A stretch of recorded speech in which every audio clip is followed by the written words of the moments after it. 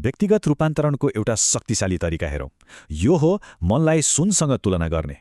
एकातिर छ काँचो सुन हो र अर्कोतिर त्यही सुन शुद्ध रूपमा। यो फरक केही थपेर आएको होइन, बरु केही हटाएर आएको हो। आउनुहोस् यो प्रक्रिया बुझौँ। पहिला सुनलाई कसरी शुद्ध बनाइन्छ त्यो प्रक्रिया हेरौँ। यो धेरै चरणको प्रक्रिया हो। यसले बहुमूल्य धातुलाई अरू सबै कुराबाट अलग गर्छ।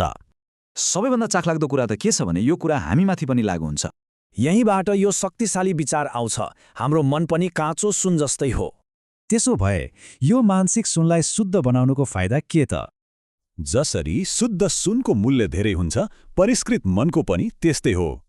यो शुद्धिकरण मानसिक अभ्यासबाट हुन्छ, जसले हाम्रो भित्री संवाद र ध्यानलाई अनुशासनमा राख्छ। तर मनलाई कसरी शुद्ध गर्ने? केही थपेर हो कि? होइन, यो त घटाउने प्रक्रिया हो। यसको वास्तविक मूल्य छेक्ने कुराहरूलाई हटाउने।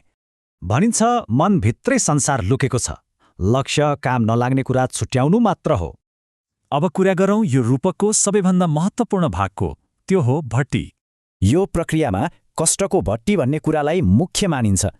तर एउटा कुरा के बुझ्नुपर्छ भने भट्टीको उद्देश्य दुःख दिनु होइन। यसको काम त केवल अशुद्धताहरू जलाउनु हो, हामीले आफैमाथि लगाएका सीमाहरू। जल्ने भनेको अशुद्धता मात्र हो, सुन होइन। सुन त केवल शुद्ध हुन्छ। ल अब हेरौँ यसको अन्तिम निचोड के हो। मनलाई नवीकरण गरेर नै आफ्नो उच्चतम मूल्य र सम्भावना प्रकट गर्न सकिन्छ।